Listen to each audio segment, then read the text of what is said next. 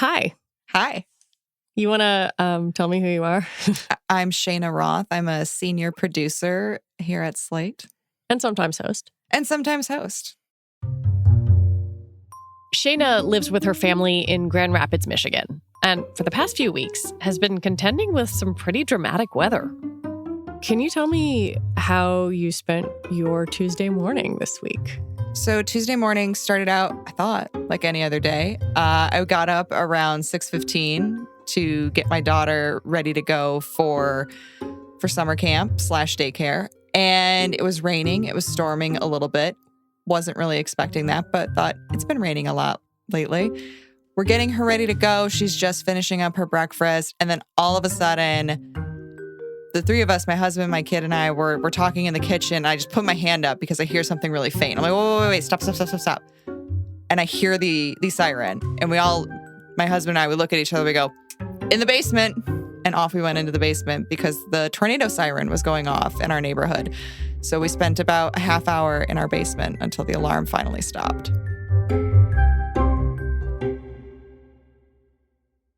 Shayna's lived in Michigan her entire life. And even though she grew up on the other side of the state from Grand Rapids, in Bay City, she says these kinds of storms with tornadoes were not a big part of her childhood. Honestly, I think there was maybe only, I don't know, half a dozen times growing up when we were like, oh, the weather's so bad, we got to get in the basement. We have had to go to the basement so far this summer twice. Last year, we've had to go because of tornado warnings 2-3 times. We've lost power almost every year. It's been a lot. It feels different to you? It does. And it feels more sudden, I think, is the thing that I'm always surprised by. So the last time we had a tornado warning before this most recent one, I was at home doing work and it seemed like it was getting a little weird outside. And I checked the app on my phone. It said, possible thunderstorms, no big deal. And then all of a sudden the tornado siren's going off. I'm like, well, this is unexpected. So it feels like not only is it more sudden, but I don't really remember the last time we just had some rain. It seems like we're either getting torrential downpours with thunder, with lightning, with all of it, or it's just a complete desert. Like we had a really bad heat wave for a few days where it was getting into like the mid 90s to low hundreds. Where I am, on the East Coast, we've just come through a heat wave as well. A week of scorching temperatures. We lost power in the Hudson Valley right as we were trying to cook dinner for 3 sweaty children under the age of 6. Not ideal. And we're not alone. Not by a long shot. 60 million people coast to coast on alert for extremely high temperatures. Yeah, that heat is fueling heavy rain in the Midwest and flooding. And this is just the first week of summer. This is what happened in northwestern Iowa today. Residents woken up by sirens designed to alert people to tornadoes, now warning that a levee had broken and floodwaters were rushing toward them. The latest research is that there's not a turning point or a tipping point or a knee in the curve. It's just going to get hotter and hotter and worse and more extreme. All of this, the storms, the intense heat, the flooding, it's all part of our new normal. But it can feel surprising and scary. So today on the show, we're going to talk about why extreme weather keeps sneaking up on us and what we can do to change that. I'm Lizzie O'Leary, and you're listening to What Next TBD, a show about technology, power, and how the future will be determined. Stick around.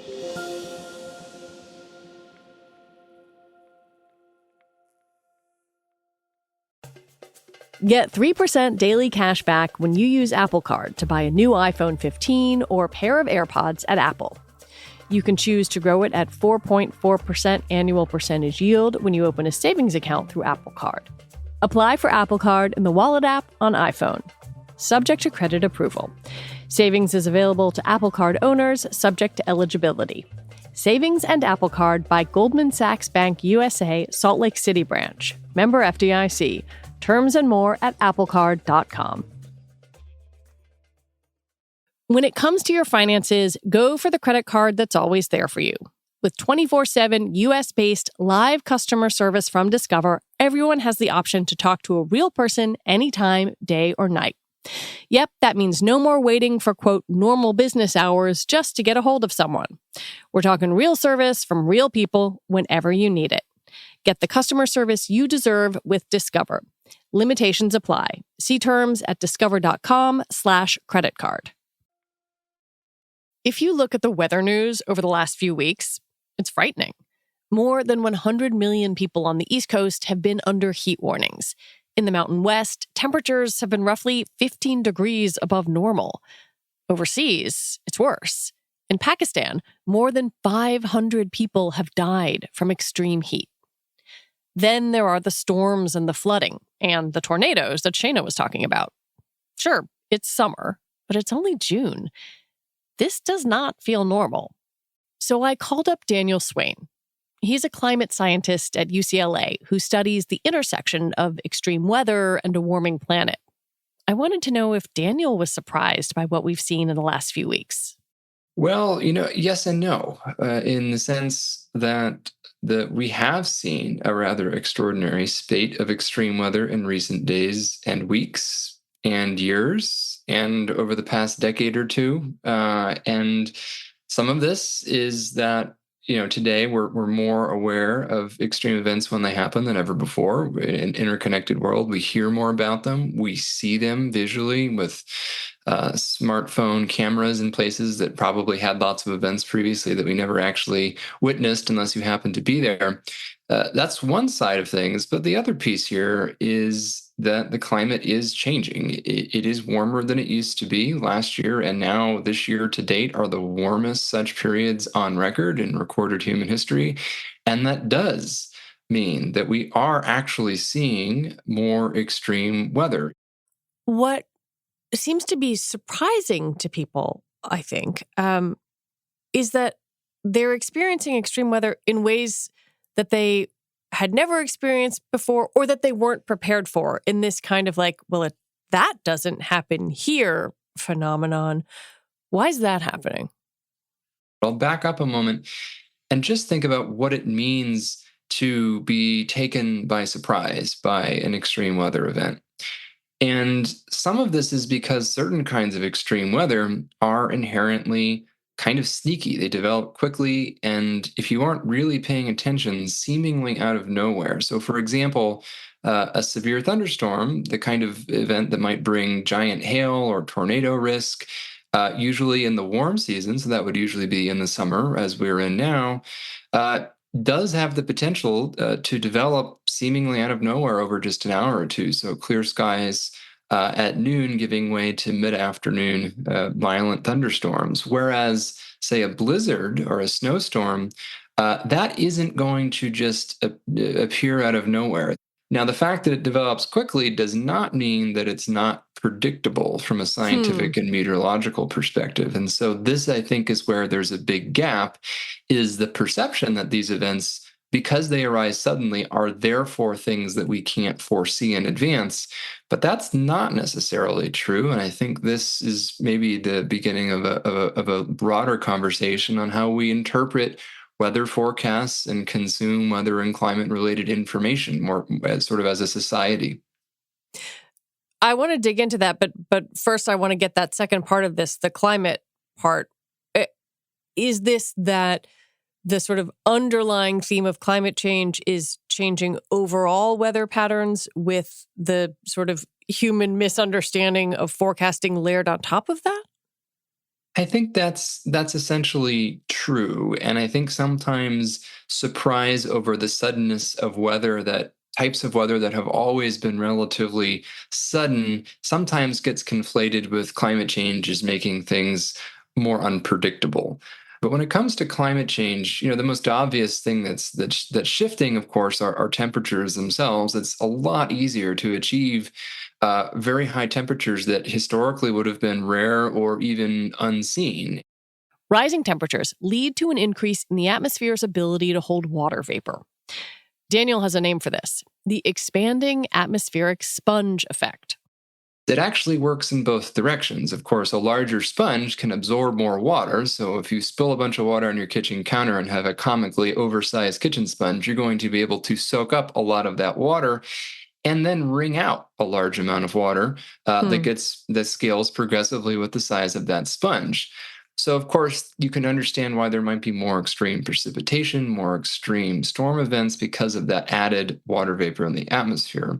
Also, then on the flip side of the coin, because that sponge can absorb more water, if there isn't water to absorb, it actually tends to more aggressively extract that water from the landscape. So, in this way, this so called thermodynamic effect actually explains why we see more extreme precipitation events in a warming climate on the one hand, but also potentially more extreme evaporation on the other, meaning that's the climate connection when it comes to droughts, wildfires, things of that nature on the dry side.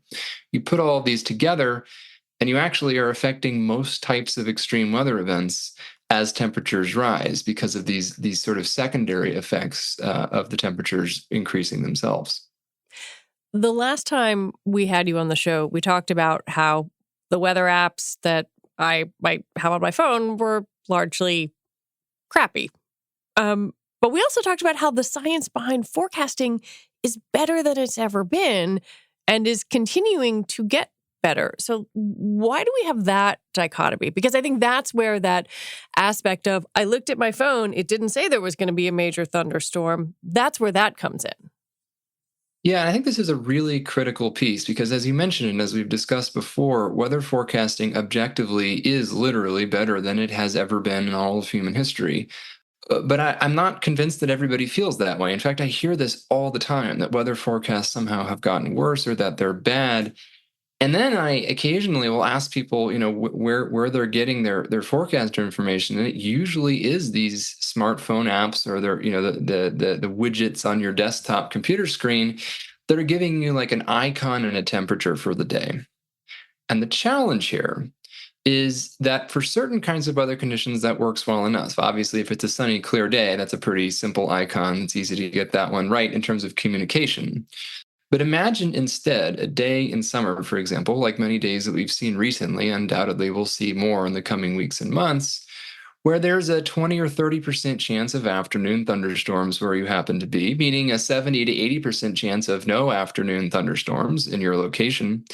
But that there's a possibility, a conditional but real possibility, that if the 20 or 30% chance of thunderstorms materializes, they could be quite intense or even violent storms, producing torrential rain and large hail or even tornadoes, genuinely life-threatening, potentially town-destroying types of events. So how do you communicate that?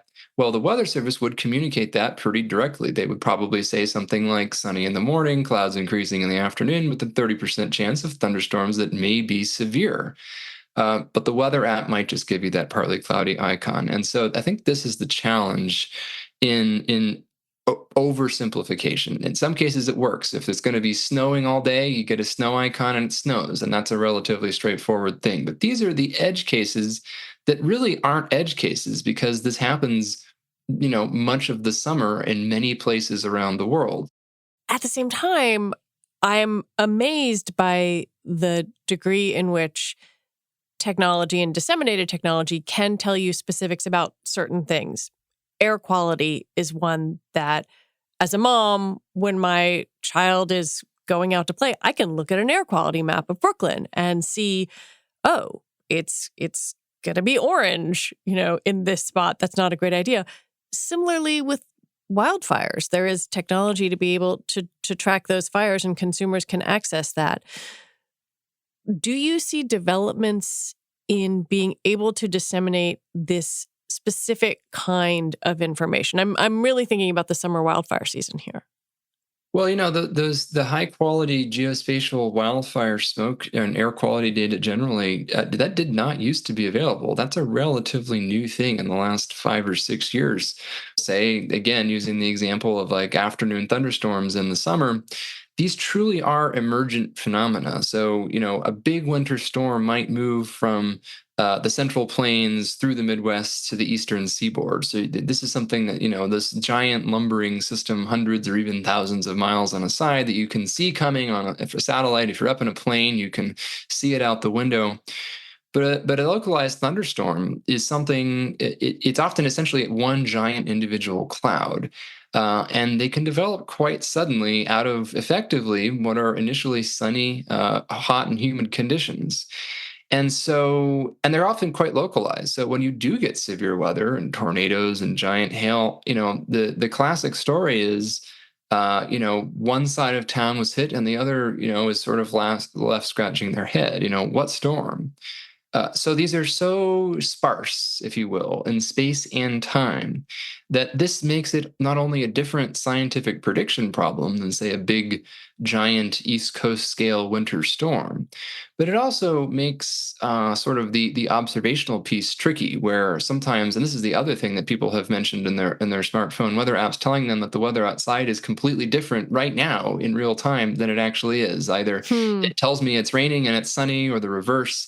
And that is precisely because of this. We don't have that level of granular observation that we do for certain other sorts of environmental variables, and that's partly because things like thunderstorms during the summer, they do vary greatly in space and time in ways we can't always capture well.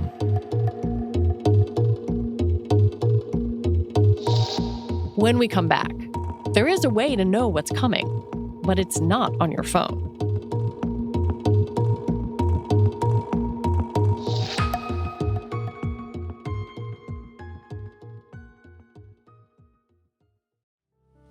This episode is brought to you by SAP. First, the bad news. SAP Business AI won't help you generate cubist versions of your family's holiday photos, but it will help you understand which supplier is best to help you roll out your plant-based packaging in Southeast Asia.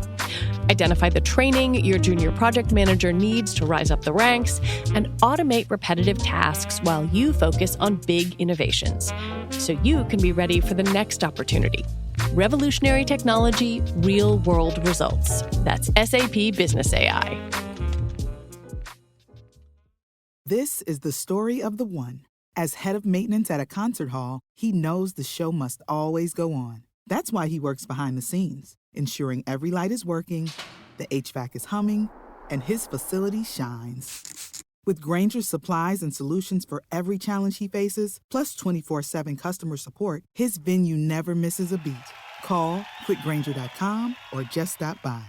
Grainger, for the ones who get it done. For people experiencing certain kinds of extreme weather for the first time, it can feel impossible to prepare for. But Daniel says this is where being an American gives you an advantage. In a place like the US, when it comes to meteorological hazards, we do have this incredible, really, honestly, in an international context, essentially unique, given its really regionally, intensively expansive nature. The National Weather Service, this branch of NOAA, of the federal government, embedded, for better or for worse, within the Department of Commerce. There is both this central national infrastructure, computing infrastructure, administrative infrastructure, and then these local field offices, hundreds of them, I believe, around the country, where there are individual meteorologists with local expertise. These are professional meteorologists that you, the taxpayer, can personally call anytime you want. And so I bring this up because there is this incredible resource in the U.S. where we have these multiple layers of sort of weather hazard prediction. And there's a huge amount of effort that goes into this. It's also, by the way, made freely available for the most part to private industry. So all the weather apps are piggybacking off of this free public data to begin with. But the piece here is that, for example, again, since we're talking about thunderstorms, let's stick with that. There is a sub-branch of NOAA called the Storms Prediction Center. It's in Norman, Oklahoma. It's actually a national center specifically tasked with predicting severe convective weather, meaning intense thunderstorms. Wow. Along with a couple other things, but that's their specialty. It's a highly specialized center. They're probably the best in the world at predicting tornadoes and giant hail and stuff. Their job is storms. Their job is specifically severe thunderstorms. Now, they don't deal with blizzards. They don't deal with hurricanes. There is a National Hurricane Center. They deal with that. There's another branch that's involved more with winter storms. But my point is, This center coordinates with these local offices. They issue severe weather watches. So if you hear a severe thunderstorm watch or a tornado watch, meaning for a broad area, maybe the size of half of a state or something, in the coming hours, conditions favorable for severe thunderstorms or tornadoes are possible. But it isn't a warning saying you need to get into your basement now because there's a tornado coming for your town. It's in Kansas this afternoon, there could be tornadoes. And then as these storms develop, there are further warnings from the local weather service offices. And that's when you might get your tornado warning, get to your basement. There's going to be giant hail, put your car in the garage in the next 30 minutes or something like that. And really, my point is there's all of these different layers on different timescales. And the closer you get to the hazard, the more direct the government is going to offer you warnings. And then folks will sometimes say that it came without warning, which I think if you've relied on your smartphone weather app is entirely possible until the actual last minute get to your basement now warning comes. I think the private sector hasn't really developed those intermediate steps. This is something that exists. It's taxpayer funded. It works very well. And I would argue that the majority of people don't actually know that most of this infrastructure is in place. I mean, I think since our last conversation on this show, I started getting all of my data from weather.gov, but I wouldn't have known that had I not talked to you. And I don't blame you or anybody else. This isn't to shame anybody. I think it's a travesty that there isn't a more accessible nexus for public consumption of this incredibly rich, high quality, and again, I will remind everybody, we've already paid for it. It's taxpayer funded.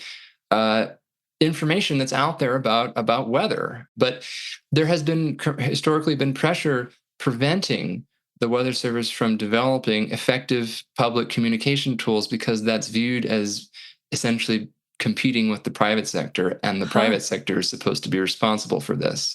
My personal opinion is they've done a terrible job in a lot of ways. This isn't universally true, and I have colleagues who do great work in the private sector. But it's sort of in this intermediate space. I think the private sector does a better job at last minute, here are warnings. You see the TV meteorologists who break in. You see these private companies who offer targeted warnings. That's all well and good. But all of this stuff that leads people to believe that everything is always sort of ad hoc, last minute, we didn't see this coming, I don't think that's been built out as much in the middle. And there's historically been a lot of pressure from private industry to prevent that from happening. We are in an election year, and it's hard to talk about even something like extreme weather or climate change without the current of potential policies kind of coming down the pike. When you think about the connection between public dissemination of information, climate policy, and a potential change in political administration, what are you thinking about?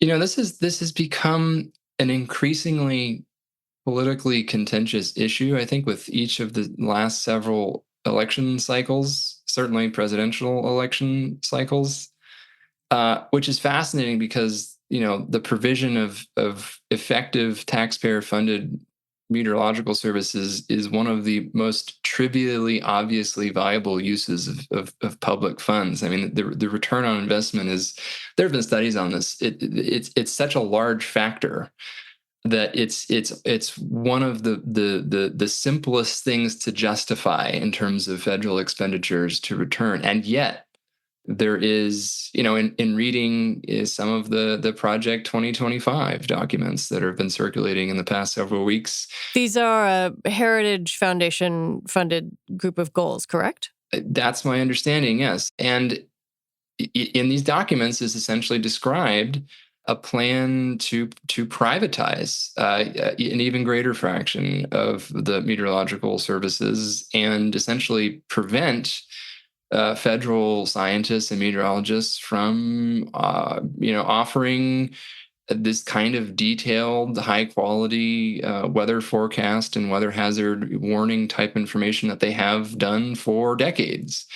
And to essentially say the private sector can do all of this. Now, the funny thing is here And I think this is maybe a broader misunderstanding that goes well beyond Project 2025 or any particular administration, is that there would not really be a private sector weather enterprise in the US were it not for the backbone public sector. Because as I mentioned, they're the ones historically who've run almost all of these hugely expensive and computationally complex models on these gigantic government supercomputers using government-funded satellites and government-funded observation networks, paying government-funded scientists to maintain them and government-funded meteorologists to provide the forecasts and warnings from them. The idea, that entire infrastructure can be completely rebuilt from the ground up through the private sector in a month or two is, suffice it to say, not going to happen. I think when one lives through one of these events, whether it is a massive storm or, as I was in last week in the Hudson Valley, a very significant heat wave, it can feel depressing and defeating. And you can start to think, is the rest of my life going to be subject to weather like this? Is my child's life going to be filled with weather like this? And I wonder, when you think about living through climate change, living through extreme weather events, is there anything that you think people should keep in mind to try to have some hope? Yeah, I mean, I think that there are sort of dueling realities here. One is that yes, we are seeing more extreme weather in many ways, more extreme heat, more extreme precipitation, and in some contexts, more extreme storms. And all the kinds of problems that can stem from those have the potential and have in many cases gotten worse. We are, as the climate warms, in many places going to be experiencing more of these kinds of things and more severe iterations. So I don't necessarily want to sugarcoat it. That is the reality. Of course, how much we see of it is very much dependent on how much future warming we have, which is still very much an open question at this point. But I think the other, maybe the more tangible optimistic piece there is that even, increases in natural hazards, so the heat waves themselves or the extreme precipitation themselves or the storms themselves, don't have to equate to worse consequences if we scale up our adaptation and our preparedness to them. So the natural hazard does not necessarily equate to the disaster if you actively do things to prevent it from becoming one.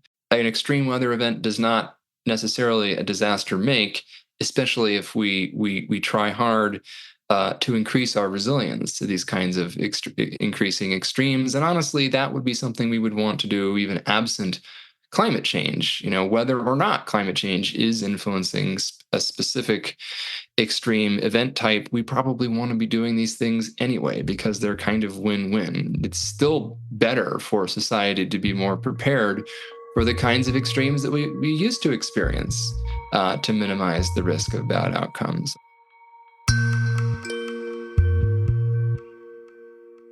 Daniel Swain, as always, it is a pleasure to talk to you. Thanks much for having me. Daniel Swain is a climate scientist with UCLA and the National Center for Atmospheric Research. And that is it for our show today. What Next TBD is produced by Evan Campbell, Patrick Fort, and Shayna Roth. Our show is edited by Paige Osborne. Alicia Montgomery is Vice President of Audio for Slate. TBD is part of the larger What Next family. And if you like what we are doing here, the single best way to support this show is to join Slate Plus. Just head on over to slate.com/whatnextplus to sign up. All right, we'll be back on Sunday with another episode. I'm Lizzie O'Leary. Thanks for listening.